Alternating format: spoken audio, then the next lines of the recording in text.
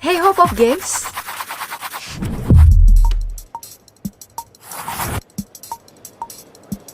Call Huai.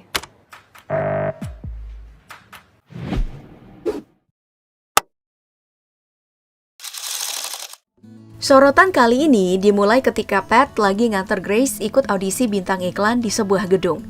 Tapi malah disuruh pulang. Meskipun sebenarnya Doi mau nunggu sampai selesai. Ya meski heran, Pat akhirnya nurutin permintaan itu. Dan setelah Doi pergi, Grace tampak lagi nelpon seseorang. Yang tak lain dan tak bukan adalah Tong yang muncul gak lama kemudian. Dan membawa Grace pergi ke mobilnya. Aduh, baru juga mulai episode ya udah ada bau-bau masalah nih. Kamu yang nonton episode sebelumnya ngerti kan kenapa Grace pergi sama Tong? Kalau kamu belum nonton silahkan cek alur sebelumnya dulu deh. Gak usah aku jelasin ya, soalnya kita masih mau lanjut ke tempat lain.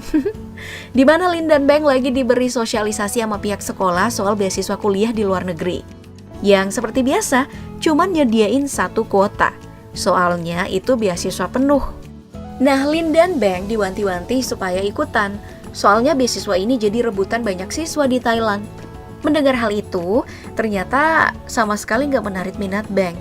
Karena katanya, dia sih rencananya mau kuliah di kedokteran di Thailand aja. Sebab nggak mau ninggalin emaknya sendirian. Sedangkan Lin sepertinya cukup tertarik buat daftar jadi peserta beasiswa. Cuman pas mau nyetak dokumen buat daftar, lab komputer yang nyediain printer ternyata tutup. Jadi Beng nawarin cetak dokumen itu di rumahnya. Dan Lin yang dengan senang hati terima bantuan itu langsung sodorin flash disknya. Di tempat lain kita akhirnya melihat apa yang dilakuin Tong dan Grace. Ternyata mereka pergi ke sebuah kafe untuk makan kue stroberi dan sekedar ngobrol aja. Tapi isi obrolannya bikin geli sih. Soalnya Tong ngajak ke rumahnya di hari pertama ujian nanti. Yang mana langsung bikin Grace terdiam. Karena ya udah tahu tujuan dibalik undangan itu.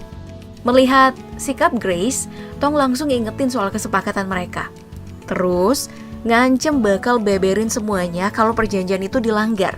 Ya, Grace semakin gak bisa berkata apa-apa. Sementara itu di sekolah, Lin dipanggil ke ruang ibu Capsek. Enggak ada masalah kok.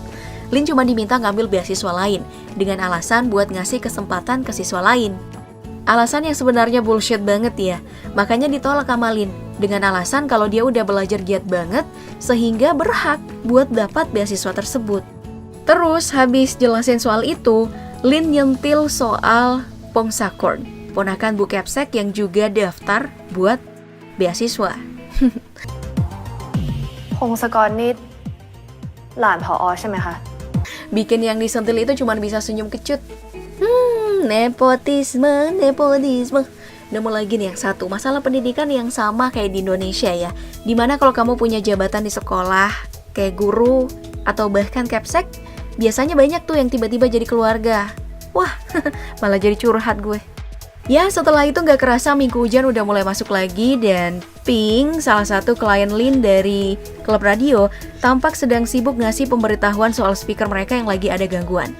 Sehingga bakal ada suara berisik selama beberapa hari ke depan. Para siswa yang dengar soal itu kayaknya cuek aja tuh.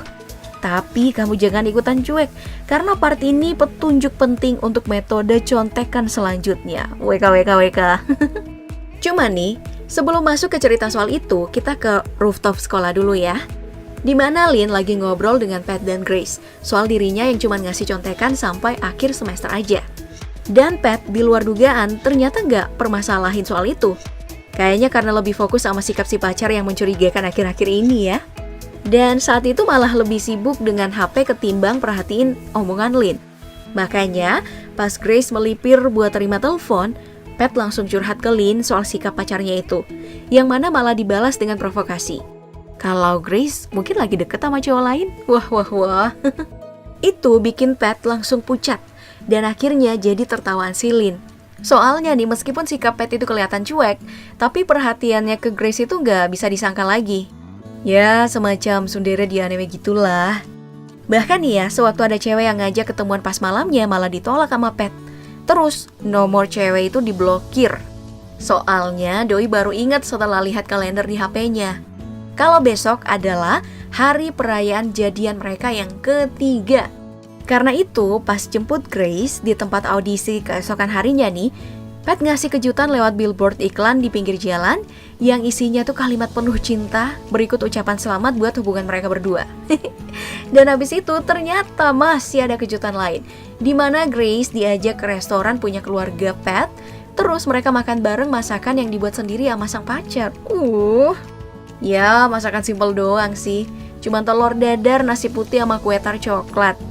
Tapi itu udah cukup bikin Grace seneng banget, karena tahu betul kalau sang pacar effort banget untuk bikin ini semua.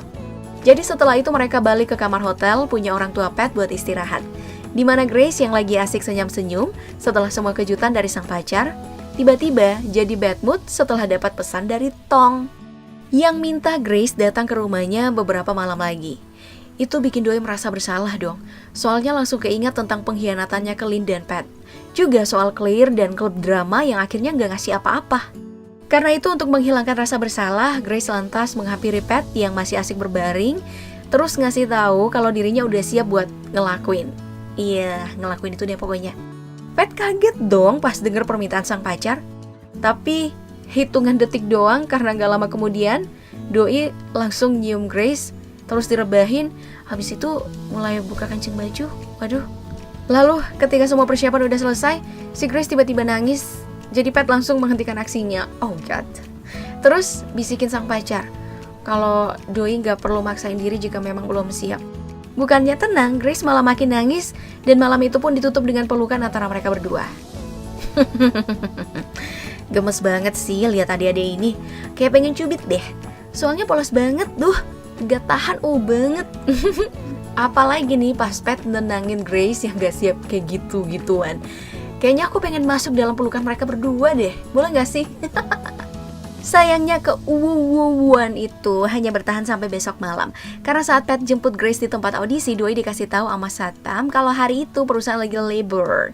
Kemudian pas Grace muncul, arah datangnya malah dari seberang jalan. Terus ngaku disuruh audisi di sebelah. Soalnya hari itu ada banyak peserta di gedung yang ini, dan praktis bikin Pat jadi bingung dan mulai curiga dong. Soalnya keterangan Grace dan Pak Sapam bertolak belakang. Cuman itu bukan sesuatu yang bisa dia pikirin sekarang, karena besoknya mereka udah harus ikut ujian akhir. Dari situ adegan pun berpindah ke hari ujian, di mana sebelum mulai Bang kasih cetakan dokumen beasiswa buat Lin. Sekalian balikin flash disk dan minta ketemuan di perpustakaan sepulang sekolah. Ini bikin Lin penasaran dong. Tapi Bang gak jelasin apapun lalu pergi gitu aja. Dan sehabis itu ujian pun dimulai. Dengan kejutan yang dijamin bakal bikin kamu terheran-heran. Kok bisa ya ada yang kepikiran? Jadi ternyata karena Lin udah mutusin buat berhenti ngasih contekan di semester berikutnya, Doi minta Pat buat nyari klien tambahan supaya ada cukup uang buat bayar biaya sekolah selanjutnya. Dan berhubung udah gak ada lagi teman sekelas mereka yang minat, mau gak mau Pat harus nyari klien dari kelas lain. Gila, udah kayak perusahaan aja mereka ini. Nah, tahu gak sih gimana cara mereka ngasih contekan ke beberapa kelas sekaligus? Gelo abis, pakai speaker sekolah cuk. Caranya itu dengan bunyiin efek suara yang beda-beda buat tiap pilihan jawaban. Jadi, tiap bunyi itu ada polanya. Oh, pantesan pas beberapa minggu sebelumnya ada pengumuman kan soal speaker sekolah yang rusak itu. Ternyata buat ini toh. Udah dipikirin jauh-jauh ya, gengs. Anak kayak Lin ini gak bisa dibiarin hidup sampai gede sih. Soalnya kalau jadi koruptor, pasti gak bakal ketangkep. Udah, cukuplah. Harun Masiku yang bikin KPK versi Pak Firly kelimpungan. Atau kalau Lin gak jadi koruptor nih, bisa tuh gabung sama geng La Casa de Papel alias Money Heist buat gantiin profesor. Udah, lanjut yuk. Dikit lagi nih. Jadi setelah semua jawaban udah kelar, Lin buru-buru tuh ngumpulin ke guru terus tinggalin kelas. Abis itu langsung kunci diri di sebuah ruangan buat ngelakuin aksinya bagiin contekan. นี่กอไก่ ขอไข่ คอควาย